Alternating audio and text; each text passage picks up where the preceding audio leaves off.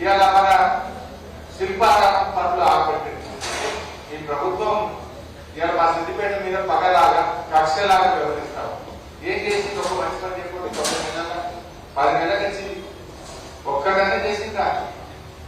కొత్తగా చేసేది దేవుడు మనం చేసుకున్న వాటిని కూడా ఇలా ఖరాబ్ చేస్తున్నారు. అటువంటి వారి పట్ల మనం కూడా జాగ్రత్తగా ఉంటాం. చేసేదేమిలే ప్రజలకు ఇచ్చిన హామీలు ఒక్కటి కూడా అమలు చేయలేకపోయినారు. అందులో మనం కూడా ప్రజలు ఆలోచించుకోవాలి. మనకి సిద్దిపేట జిల్లా ఏంటంటే, పోలీస్ కమిషనరేట్ అయిందంటే, మెడికల్ కాలేజ్ వచ్చిందంటే, సిద్దిపేట రింగ్ రోడ్ వచ్చిందంటే, 1000 పడకల ఆసుపత్రి వచ్చిందంటే, సిద్దిపేట ఎంత అద్భుతంగా అభివృద్ధి జరిగిందంటే అది కేసీఆర్ గారి వల్ల.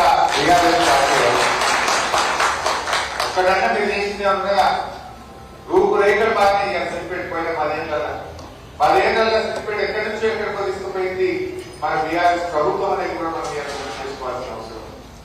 ఏది ఏమైనా ప్రజల కోసం నిత్యం మీ సేవలో ఉంటారని కంటికి రెప్పలాగా మిమ్మల్ని కాపాడుకునే బాధ్యత నాది. ప్రజలకు ఏ కష్టాలు వచ్చినా, మీకు ఎలాంటి సేవలు అవసరం ఉన్నా అన్ని విధాలుగా కూడా మా కౌన్సిలర్లు, మా నాయకులు, మా ప్రజాప్రతినిధులు, నేను, మేమందరం కూడా మీకు అందుబాటులో ఉండి మా శాయశక్తుల్లో మీకు సేవ చేస్తాం. మా సహకారాన్ని కూడా మీకు అందిస్తామని చెప్పి తెలియజేస్తూ, ఇవాళ ఎప్పుడు మన సిద్దిపేటలో నా ఇంటికి ఏ ప్రజలు వచ్చినా కడుపు నిండా అన్నం పెడుతున్నాం, చేతుల గల సాయం చేస్తున్నాం. ఎవరు కూడా ఈ ఇంటికి వస్తే ఆకలితో ఉండొద్దు.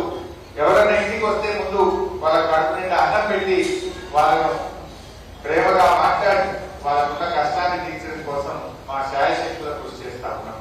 అట్లా ఇది మన ఇల్లు అనేటువంటిది ప్రజల ఇల్లుగా, ఇది సిద్దిపేట ప్రజలందరికీ తమ సొంత ఇల్లులాగా భావించే విధంగా ఈ కార్యాలయం ఇల్లు అందరి కోసం పనిచేస్తా ఉన్నాం.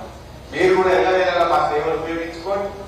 వీలైనంత వరకు మా కార్యాలయం, నేను, మా కౌన్సిలర్లు, మా నాయకులు అందరూ కూడా మీ సేవలో ఉంటారని పని చేస్తూ అందరికీ నమస్కారం. జై తెలంగాణ.